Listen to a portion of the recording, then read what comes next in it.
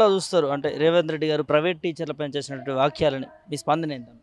మన ముఖ్యమంత్రి అయిన రేవంత్ రెడ్డి గారు ప్రైవేటు ఉపాధ్యాయులు అధ్యాపకులు ఎంతో కష్టపడి పోరాడితే గత ప్రభుత్వాన్ని గద్దె దింపిన ఘనత మా ప్రైవేటు ఉపాధ్యాయ అధ్యాపకులది.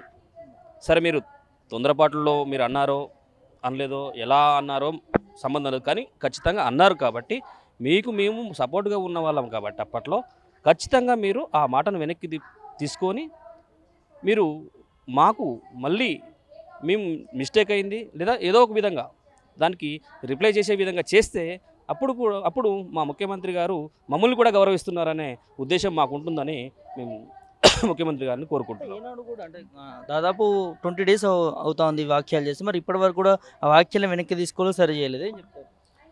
సార్ అమెరికా వెళ్ళారు, మేము అనేక ఉద్యమాలు చేస్తూనే ఉన్నాం ఇక్కడ.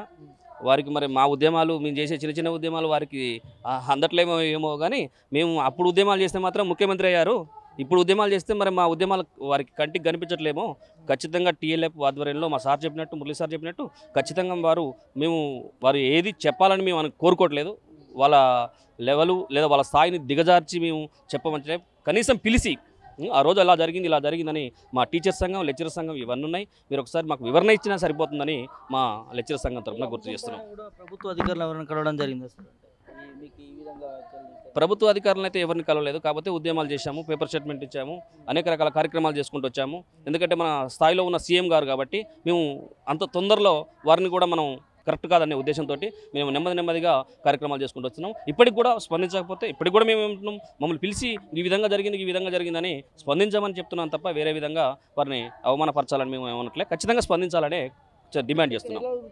ప్రైవేట్ టీచర్ల జీవనాధారం కావచ్చు ఇవన్నీ కూడా అంటే ప్రభుత్వ జాబులు రాక ప్రైవేటు కాలేజీలో జాయిన్ చేస్తూ మీ జీవనం కొనసాగుతూ ఉంటుంది. సో ఎట్లా ఉంటుంది? మేము ఎండాకాలంలో కాళ్ళు అరిగిపోయేటట్టు తిరిగి తెచ్చుకుంటేనే మాకు ఉద్యోగాలు ఉంటాయి. మేము కోరుకున్నది 12 నెలల జీతం. మన కాంగ్రెస్ ప్రభుత్వం వచ్చేసి మరి ఇన్ని రోజులైనా కానీ దాని గురించి కూడా ఇంతవరకు స్పందించలే. మరి 12 నెలల జీతం ఏది? 8-9 నెలల జీతాలతోటి అట్టడుగు అనేక రకాలుగా ఇబ్బందులు పడుతున్నారు ప్రైవేట్ వాళ్ళు. మరి వాటిని కూడా స్పందించాల్సిన అవసరం కూడా ఉంది. ఖచ్చితంగా సార్ ఇదొకటి మాకు పెద్ద సమస్య కాదు ఇది అనేది. కాకపోతే ఏంటంటే మమ్మల్ని కూడా గౌరవించలేకపోతున్నారనే ఉద్దేశంతో మా ఆవేదన తప్ప మేము వారిని కాకపోతే ఇప్పుడు 12 నెలల జీతం ఇప్పించేసి మా ముఖ్యమంత్రి గారు అనిపించుకోవాలని మేము కోరుకుంటున్నాం. వస్తే ముఖ్యమంత్రి రేవంత్ రెడ్డి గారు ఏదైతే ఎల్బీ స్టేడియంలో టీచర్లకి ప్రభుత్వ టీచర్లకు పదోన్నతులు ప్రమోషన్స్ ఇస్తూ కొన్ని వ్యాఖ్యలు చేశారు ప్రైవేట్ టీచర్ల పైన. ఏదైతే ప్రైవేట్ కాలేజీలో చెప్పేటటువంటి లెక్చరర్లు, ప్రైవేట్ టీచర్లు వీళ్ళందరూ కూడా ఇంటర్ పాస్ అయిన వాళ్ళు, డిగ్రీ ఫెయిల్ అయిన అని చెప్పి కూడా వారిపైన అనుచిత వ్యాఖ్యలు చేశారు. ఇది తప్పుపడుతూ ప్రైవేట్ టీచర్లు కూడా ఇవాళ ప్రెస్ క్లబ్లో మీడియా సమావేశం ఏర్పాటు చేసుకుని ఖచ్చితంగా రేవంత్ రెడ్డి గారు చేసినటువంటి వ్యాఖ్యలు వెనక్కి తీసుకోవాలని చెప్పి కూడా ఇక్కడ చెప్తున్నటువంటి పరిస్థితి చూస్తూ ఉన్నాం. కొంతమంది మనతో పాటు ఉన్నారు, వారితో మాట్లాడి మరిన్ని విషయాలు తెలుసుకునే ప్రయత్నం చేద్దాం. చెప్పండి సార్, ఎట్లా చూస్తారు? ముఖ్యమంత్రి గారు అనుచిత వ్యాఖ్యలు చేశారు, డిగ్రీ ఫెయిల్ అయిన వాళ్ళు అంటూ మాట్లాడుతూ ఉన్నారు. మేము తెలంగాణ లెక్చరర్స్ ఫోరంగా తెలంగాణ రాష్ట్రం ఏర్పడకంటే ముందు జేఏసీలో ప్రధాన భాగస్వామ్య పక్షంగా ఉన్నాం. ఆ రోజు టీఎన్జిఓ, టీజీఓతో పాటుగా టీఎల్ఎఫ్ అనేది ఆ రోజు ప్రధాన భాగస్వామ్య పక్షంగా తెలంగాణ ఉద్యమంలో కొట్లాడడం జరిగింది.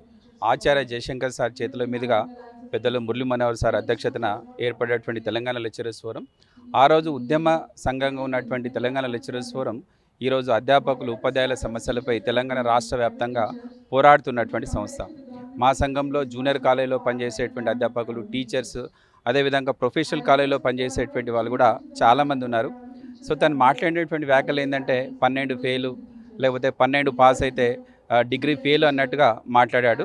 సో మా దగ్గర ఇంజనీరింగ్ కాలేజీలో పనిచేసే వాళ్ళకందరికీ కూడా క్వాలిఫికేషన్ ప్రొఫెసర్ స్థాయిలో ఉన్నటువంటి వాళ్ళకందరికీ కూడా పిహెచ్డి క్వాలిఫికేషన్ ఉంటుంది, పోస్ట్ గ్రాడ్యుయేషన్ ఉంటుంది. ఏ ప్రైవేట్ విద్యా సంస్థలో చూసినా కనీసము ఒక బీఈడి డిగ్రీ అయితే కామన్గా ఉంటుంది.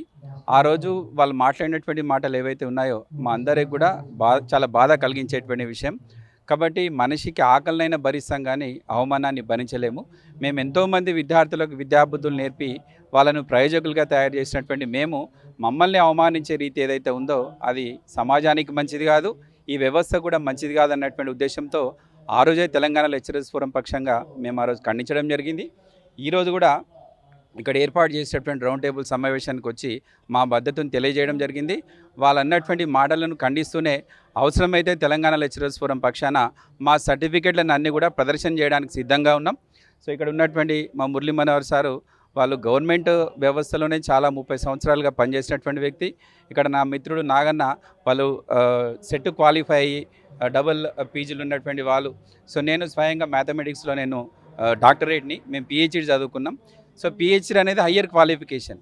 సో ఇట్లాంటి క్వాలిఫికేషన్ ఉన్నటువంటి వందల మంది విద్యార్థులు ప్రైవేట్ సెక్టర్లో పనిచేస్తున్నారు. గత తెలంగాణ రాష్ట్రం వచ్చినప్పటి నుంచి ఇప్పటి వరకు ఒక్క ప్రొఫెసర్ పోస్ట్ కూడా ఫిలప్ చేయలేదు. కాబట్టి ప్రైవేట్ విద్యా సంస్థల్లో పనిచేస్తున్నటువంటి వాళ్ళు నాసి రకం అనేటువంటి మాట ఏదైతే ఉందో అది తక్షణం ఉపసంహరించుకుంటే ఆ ముఖ్యమంత్రి స్థానానికి గౌరవం పెరిగేటువంటి అవకాశం ఉంటుంది. ఒక కుటుంబ పెద్దనే మా యొక్క మంచి యోగక్షేమాలు చూడాల్సినటువంటి వ్యక్తి మమ్మల్ని అవమానించడం ఏదైతే ఉందో అది మమ్మల్ని చాలా బాధ కలిగించింది. కరోనా సమయంలో మనం చూసాం, చాలామంది టీచర్లు, అధ్యాపకులు వాళ్ళ యొక్క కుటుంబాన్ని పోషించలేక ఉపాధి హామీ పథకానికి వెళ్ళడం కానీ, లేకపోతే లేబర్ పనికి వెళ్ళడం కానీ, లేకపోతే మేస్త్రి పనికి వెళ్ళడం కానీ మనందరినీ కూడా కలిచివేసేటువంటి విషయం. ముఖ్యమంత్రి కొడుకైనా, లేకపోతే ముఖ్యమంత్రి బిడ్డ అయినా, లేకపోతే రేపు పొద్దున వల్ల మన్మన్లైనా ఎక్కడ చదువుకుంటున్నారో మన అందరికీ తెలుసు. మనమేం రాజకీయ ఆరోపణ చేస్తలేం, కానీ ఒక వ్యవస్థ నుంచి ప్రయోజనం పొందినటువంటి వ్యక్తులే ఆ వ్యవస్థని అవహేళన చేస్తూ అవమానించడం ఏదైతే ఉందో చాలా బాధ కలిగించేటువంటి విషయం.